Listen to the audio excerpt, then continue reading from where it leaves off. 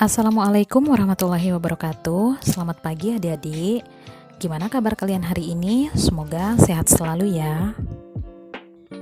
Pada video kali ini kita akan membahas materi tentang klasifikasi makhluk hidup. Baiklah, langsung saja kita mulai. Pernahkah kalian membayangkan tumpukan buku yang berserakan di mana-mana? Dan jika gurumu memintamu mengambil satu buku tertentu, bisakah kamu menemukannya? Iya, pasti sulit kan? Sekarang bayangkan tumpukan buku yang berada di sekolahmu. Pasti lebih mudah kan untuk mencari buku yang diinginkan? Nah, makhluk hidup di bumi ini sangat banyak. Untuk mempermudah mempelajari satu persatu, kita gunakan klasifikasi atau pengelompokan. Mau tahu seperti apa materi klasifikasi makhluk hidup? Simak terus videonya ya sampai akhir. Klasifikasi makhluk hidup merupakan suatu cara mengelompokkan makhluk hidup berdasarkan ciri yang dimilikinya. Adapun tujuan klasifikasi makhluk hidup yaitu yang pertama yaitu mengelompokkan makhluk hidup berdasarkan persamaan dan perbedaan ciri yang dimilikinya. Kemudian yang kedua yaitu mendeskripsikan ciri makhluk hidup untuk membedakan antara makhluk hidup yang satu dengan yang lainnya. Kemudian yang ketiga yaitu mengetahui hubungan kekerabatan antar makhluk hidup dengan makhluk hidup yang lainnya. Dan yang terakhir memberi nama makhluk hidup yang belum diketahui namanya. Selanjutnya yaitu dasar klasifikasi makhluk hidup. Untuk dasar klasifikasi makhluk hidup yang pertama yaitu persamaan dan perbedaan yang dimiliki. Kemudian yang kedua ciri bentuk tubuh atau morfologi. Kemudian yang ketiga ciri organ dalam tubuh atau anatomi. Dan yang keempat yaitu manfaat, ukuran, tempat hidup, dan cara hidup. Tahukah adik-adik siapa tokoh yang pertama kali menemukan konsep klasifikasi makhluk hidup?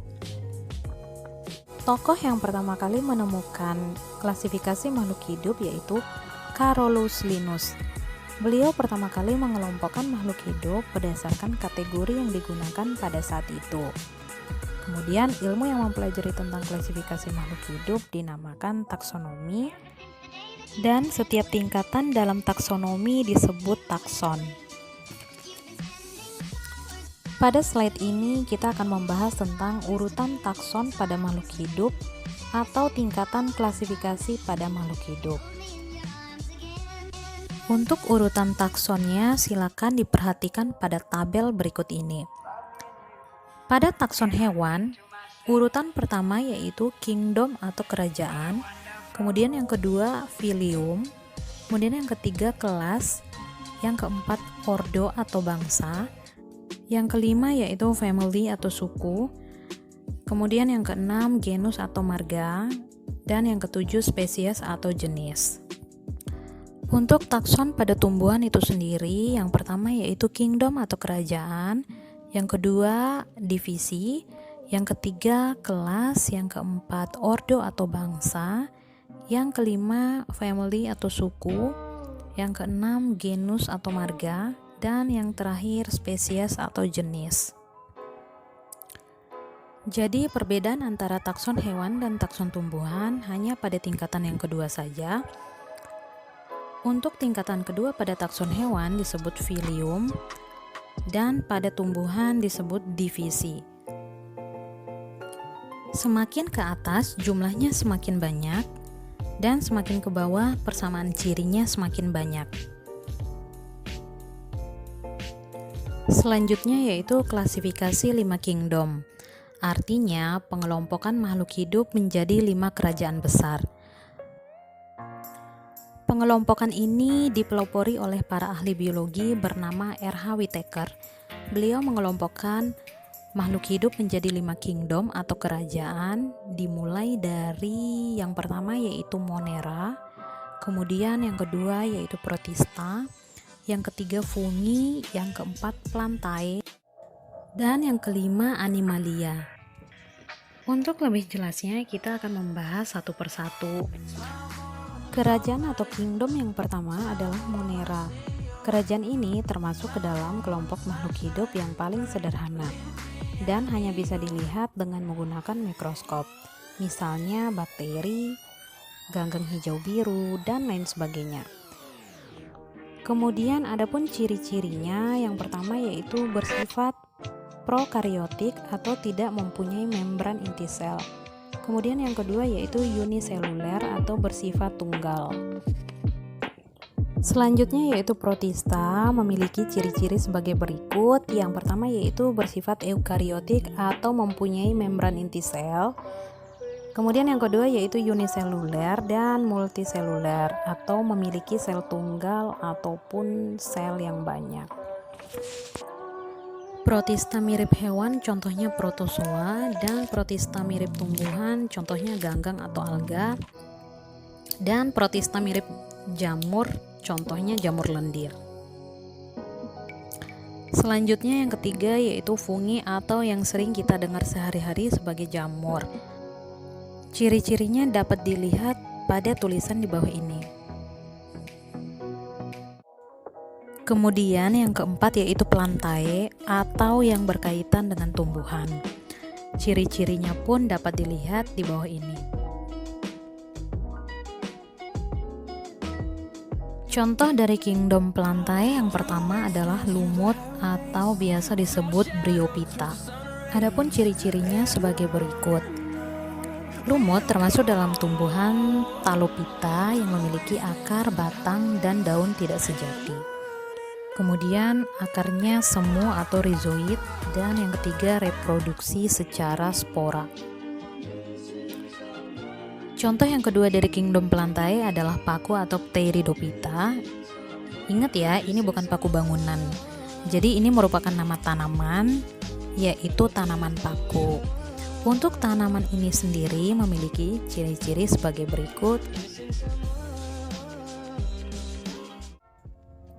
Selain lumut dan paku, pada kingdom plantae juga terdapat tumbuhan berbiji atau spermatophyta. Nah, spermatophyta ini terbagi menjadi dua jenis, yaitu ada gymnospermae atau tumbuhan berbiji terbuka dan angiospermae atau tumbuhan berbiji tertutup. Untuk perbedaannya silakan dilihat pada tabel berikut ini. Adapun contoh tanaman berbiji terbuka dapat dilihat pada gambar berikut ini. Untuk tanaman angiospermae atau berbiji tertutup terbagi menjadi dua, yaitu dikotil dan monokotil. Adapun perbedaannya dapat dilihat pada gambar berikut ini. Nah, sekarang kita masuk ke kingdom terakhir yaitu Animalia. Sesuai dengan asal katanya yaitu Animalia yang berarti animal, artinya binatang atau hewan. Adapun cirinya sebagai berikut. Pada kingdom Animalia dikelompokkan menjadi dua subfilium. Yang pertama yaitu Vertebrata, yaitu hewan bertulang belakang, dan Invertebrata, yaitu hewan tanpa tulang belakang. Hewan invertebrata terdiri dari beberapa filium antara lain Porifera. Nah, siapa sih yang tidak kenal dengan tokoh kartun SpongeBob? Jadi, tokoh kartun ini diambil dari hewan Porifera atau hewan yang tubuhnya berpori. Selanjutnya yaitu Solenterata atau hewan berongga, contohnya seperti ubur-ubur dan hidra. Adapun selanjutnya yang ketiga yaitu Platyhelminthes atau cacing pipih. Disebut pipih karena bentuknya pipih atau gepeng. Contohnya sebagai berikut.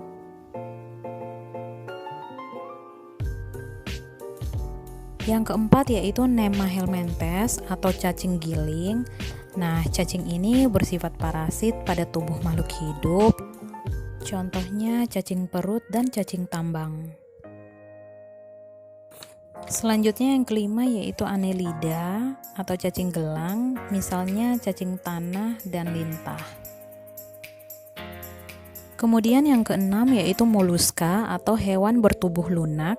Contohnya dapat dilihat pada gambar. Selanjutnya yang ketujuh yaitu arthropoda atau hewan berbuku-buku, misalnya kelompok serangga, belalang, kumbang, kepiting, dan lain-lain.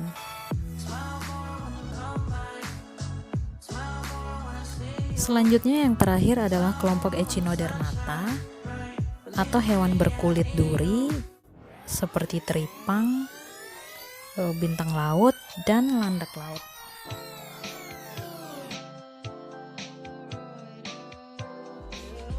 Selanjutnya yaitu vertebrata.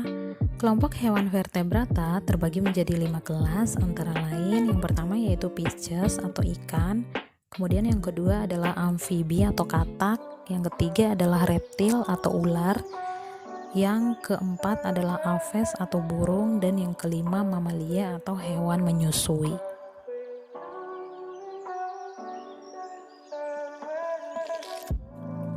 Nah, demikian penjelasan materi IPA tentang klasifikasi makhluk hidup.